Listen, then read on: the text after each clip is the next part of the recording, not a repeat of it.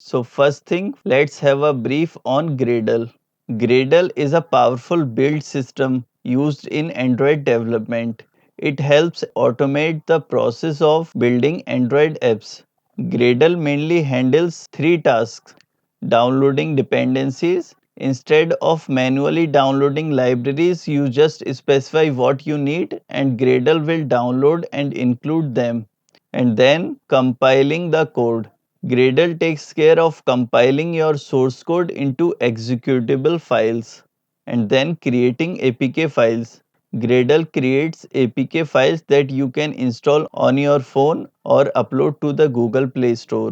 So in our project we can see we have this Gradle script. So let's maximize this, and here we have these two files with the name build.gradle.kts. So why there are two files? We can also see the highlighted text. One is saying for the project and another one is for module level. So what happens when our app grows? So we divide our whole application into the different modules. So in an Android application, there can be multiple modules. So that's why we have this module level file and then project level. So here first let's open this project level. In this project level file, we provide all the plugins which we can use in our whole application. So with the new project, these two plugins have been specified.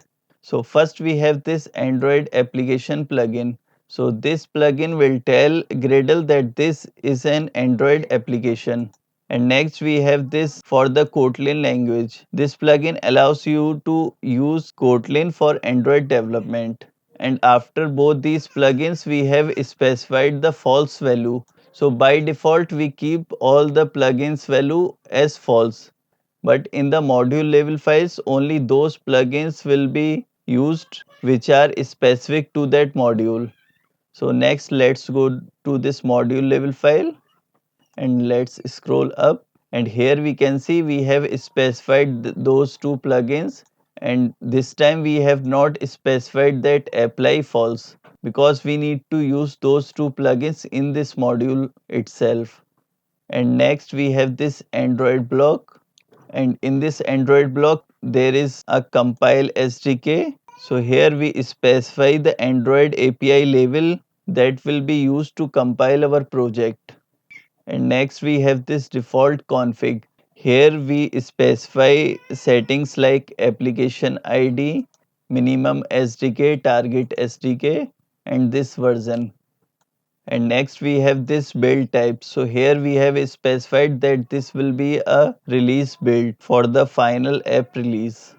And after that we have this compile option. So our Kotlin codes will be compiled into this Java bytecodes, and we will use this 17 version for our project. And same we have specified the JVM version here. Next we have this build feature. Here we have specified that we are going to use Compose for this project. And in the last we have this dependencies block. Here we list the libraries our project needs. Gradle will download these libraries and include them in our project. So with the new project, these libraries has been added.